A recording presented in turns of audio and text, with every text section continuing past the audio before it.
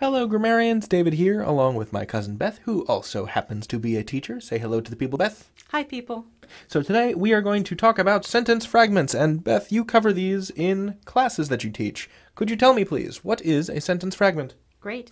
A sentence fragment is when a student writes a sentence and they think it's a sentence, but it's one that tells maybe what happens, but doesn't include who, or it might include who, but doesn't tell what happens. So sentence fragments don't tell the whole story. Mm-hmm.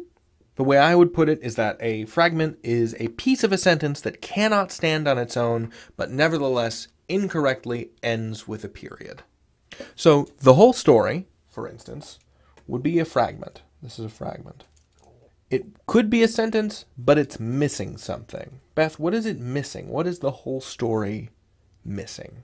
Well, we've got a subject, but we don't have what we would call a predicate. In other words, so we're giving a subject, but we're not telling what happens to that subject. All right, so the whole story began 10 years ago. And now we've got our subject here, the whole story, and now we've given it a predicate.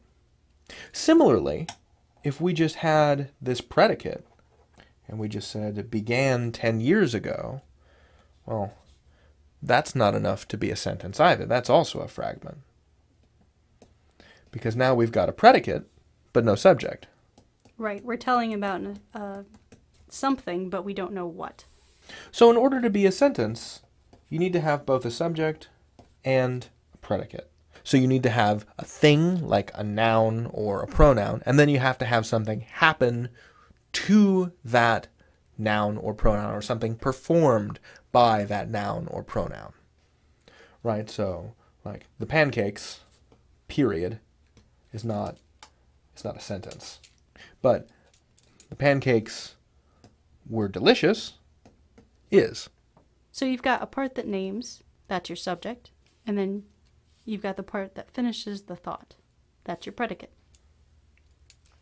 Let's look at another example. All right, what about because of the snowstorm? Is that a sentence, Beth? Nope. Why not? Well, you don't tell what happened because of that snowstorm. So this is what we'd call not even it's not even a dependent clause, right? This thing doesn't really have a subject or a verb. It's really just a prepositional phrase. So because of the snowstorm, something could happen, but we don't know what that is. So because of the snowstorm, we stayed home from school. So we've got this sentence here, this independent clause, right? We stayed home from school, and that's a subject and a predicate. And if it were just stayed home from school, period, that wouldn't be a sentence. And if it were just we, period, that also wouldn't be a sentence. And if it were just because of the snowstorm, period, that wouldn't be a sentence. It doesn't have enough support to stand on its own. But altogether, because of the snowstorm, comma, we stayed home from school, period, that is a sentence.